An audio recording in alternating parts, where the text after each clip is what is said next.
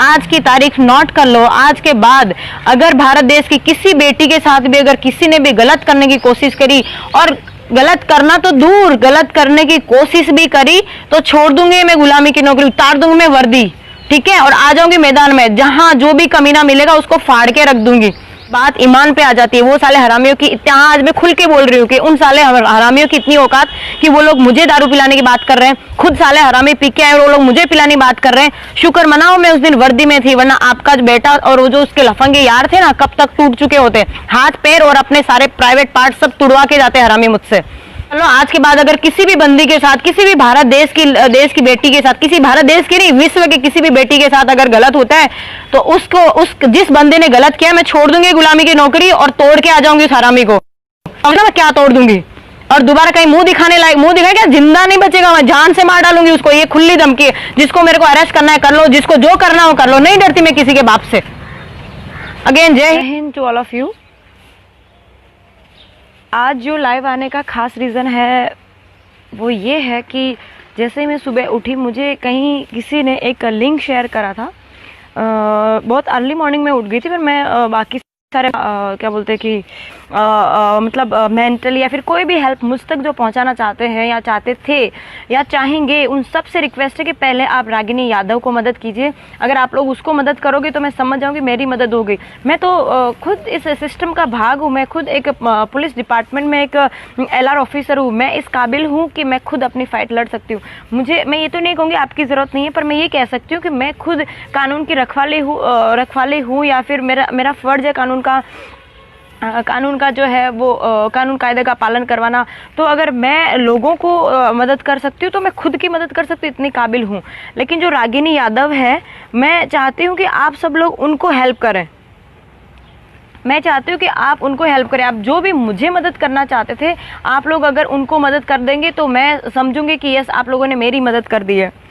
अब ज़्यादा तो मैं आपको क्या कहूँ, मैं ये कह सकती हूँ कि उस दिन मेरे साथ जो घटना घटी थी, उस टाइम ही मैं ये प्रॉब्लम की सॉल्यूशन निकाल सकती थी। मेरे साथ जो हुआ उस दिन, वो तो सिर्फ 6 या 7 बंदे थे, 6 बंदे थे। वो तो सिर्फ 6-7 थे और 2 एक्स्ट्रा भी और देखने वाले आ गए थे। कुल मिला के 6-7 बंदे वहाँ पे थे।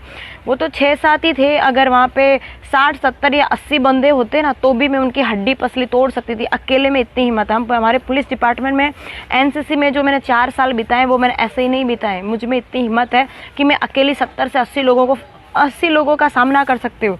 हम लोगों ने 8 महीने दिन रात जो मेहनत करी है, वो ऐसे ही नहीं करी है। सुबह मैंने PTC जूनागढ़ से ट्रेनिंग ली है। जो लोग जानते हैं उनको पता ही होगा, जो नहीं जानते उनको बता दूं कि PTC जूनागढ़ जो पुलिस ट्रेनिंग कॉलेज है, वहाँ पे हम लोगों को एक से बढ़कर एक ADI मतलब ADI से हम लोगों को ये सेल्फ डिफेंस का शिक्षण मिला है। और उन लोगों ने हम लोगों को इतना तैयार करके बाहर निकाला है कि मैं अकेली नहीं, वहाँ पे 1700 बंदियाँ ट्रेनिंग में थी। वो एक बंदी में इतनी पावर है कि वो अकेली इतने सारे लोगों को फाइट कर सकती है। ये तो सिस्टम है जो हम लोग को मजबूर कर रहा है शांति से बैठने के लिए। मैं ये आज खुल के कह सकती हूँ कि उस दिन मैंने यूनिफॉर्म पहन रखी थी और मैं मजबूर थी कि मैं कुछ ना कर पाई। लोग जो हैं वो ये कह रहे हैं कि इस बंदी ने गालियां दी, ये दी, वो दी। आप लोगों के सामने पहले भी कहा, अगेन आई रिपीट, कि सिर्फ गालियों वाली बात ही बात है यार। वो गालियों वाली बात भी मेरी ऑडियो जो है मेरी फ्रेंड ने बाहर निकाली।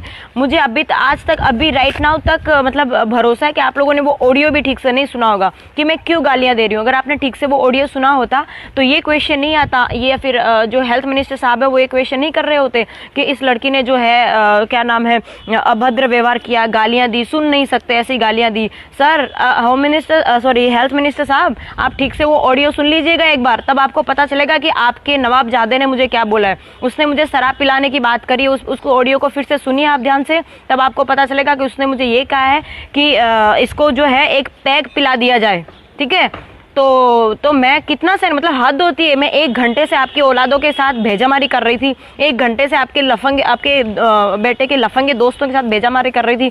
जब मेरी बात ईमान पे आ जाती है, वो साले हरामियों की हाँ, आज मैं खुल के बोल रही हूँ कि उन साले हरामियों की इतनी औकात कि वो लोग मुझे दारू पिलाने की बात कर रहे हैं, खुद साले हरामी पी के आए और वो लोग मुझे पिलाने की बात कर रहे हैं। शुक्र मनाओ मैं उस दिन वर्दी में थी, वरना आपका जो बेटा और वो जो उसके लफंगे यार थे ना, कब तक टूट चुके होते, हाथ पैर और अपने सारे प्राइवेट पार्ट सब तुड़वा के जाते हरामी मुझसे।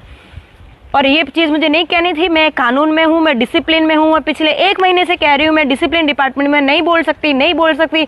आप लोग मेरा मुंह क्यों खुलवा रहे हो?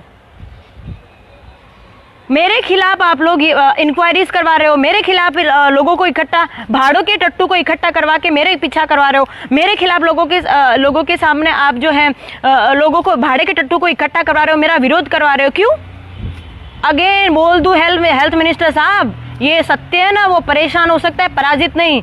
और इससे पहले कि मैं अपना मुंह खोलूं, चुपचाप से अपने बेटे को ठिकाने पहुंचा दो। जो आपने बेल पे छुड़वाया ना, उसको चुपचाप वहां पे पहुंचा दो वापस, वरना वो दिन दूर नहीं जब मैं ये नौकरी मैंने इस्तीफा दे दिया था, मेरा मतलब दे दिया था, मतलब टेलीफोनिक मैंने इन्फॉर्म करा था, पर कुछ सुपीरियर ऑफिसर्स मुझे कहा कि बेटा ये तरीका सही नहीं है, तुम सिस्टम के साथ लड़ सकते हो, तुम कानून व्यवस्था से लड़ सकते हो। मुझे नहीं लगता कानून व्यवस्था इतनी मजबूत है हमारे देश की कि अब तक मैं सुप्रीम कोर्ट के जो जज साहब है ना, उनको कहना चाहती हूँ कि सर सब कुछ अवेलेबल होने के बाद, सबूत है, बंदा है, मैं हूँ, मतलब कार्रवाई जो घटना घटी थी उस चीज़ का हर एक बंदा वहाँ पे अवेलेबल है, किसी का मर्डर नहीं हुआ है, कोई गायब नहीं है, कोई गुम नहीं है, फिर भी मुझे न्याय मिलने में इतना टाइम क्यों लग रहा है? क्यों हमारे भारत देश की कानून व्यवस्था इतनी कमजोर क्यों है?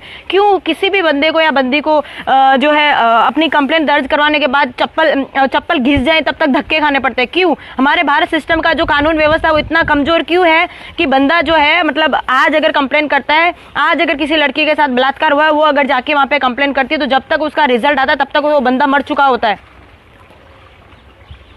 मुझे समझ नहीं आ रहा है कि आप लोग जो इतनी बड़ी बड़ी बात कर रहे हैं कि हमारी कानून व्यवस्था, ये अभी भी मुझे अपनी कानून व्यवस्था पे भरोसा है। मैं कानून की खुद एक रखवाली हूँ और मैं चाहती हूँ कि आप भारत देश का सिस्टम, जो भी सुपीरियर ऑफिसर सुन रहे हैं उन लोग को बता दूं कि हमारे भारत देश का जो सिस्टम सोया हुआ है उनको जगा दो। जो 11 बजे ऑफिस जाते हैं और 12 बजे कोर्ट में, 11 बजे कोर्ट में पहुंचते हैं ना, उन लोग को बताओ कि हम लोग भारत देश में रहते हैं, हमारी सुबह सुबह 4 बजे होनी चाहिए। ये कोई फॉरेन कंट्रीज नहीं है जो आप लोग 10 बजे तक सोते रहते हो। आप लोग सो, मुझे उससे भी मतलब नहीं है, 12 बजे तक सो, पूरे दिन सो, आपकी लाइफ है। लेकिन मेरे साथ जो हो रहा है, मेरे जैसी हजारों लड़कियों के साथ जो देश में हो रहा है, वो होना बंद नहीं होगा तो मैं छोड़ दूंगी ये नौकरी और उतर जाऊंगी बगावत पे। जिसमें हिम्मत हो रोक लेना मुझे। अभी भी रिक्वेस्ट कर रही हूँ, हाथ जोड़ के रिक्वेस्ट कर रही हूँ हमारी कानून व्यवस्था पे, हमारे सुपीरियर ऑफिसर से, होम मिनिस्टर साहब से, डिफेंस मिनिस्टर साहब से कि सर आप क्या कर रहे हैं? हमारे भारत देश की लड़कियां सुरक्षित नहीं, हमारे भारत देश की बेटियां सुरक्षित नहीं, आप क्या रहे हैं सर? नरेंद्र मोदी सर, माननीय श्री नरेंद्र मोदी साहब से मैं ये कहना चाहती हूँ कि मेरा ऐसा माना कि सुपीरियर पावर आपके पास है सर। आप जो है वो मंदिर बनवा रहे हैं सर, बहुत बड़ी बात है। मैं बहुत खुश हुई इस चीज़ को लेके कि जो लोग ऐसा कह रहे थे मंदिर बनेगा तो ये होगा वो होगा, उन सारे कमीनों की आपने आवाज़ बंद करके आज आपने मंदिर बनवा दिया। तो आप अगर ये कर सकते हो तो मेरा मानना है कि आपके लिए बहुत छोटी सी बात होगी हमारी भारत देश की जो बेटियाँ उनकी सुरक्षा करना। सॉरी सर अगर ज़्यादा कुछ बोल रही हूँ, अगर मेरे बोलने में अगर आप लोगों को लगता है कि मैं अपने दायरे से बाहर जा रही हूँ तो माफ़ कीजिए सर, लेकिन मैं मजबूर हो गई हूँ।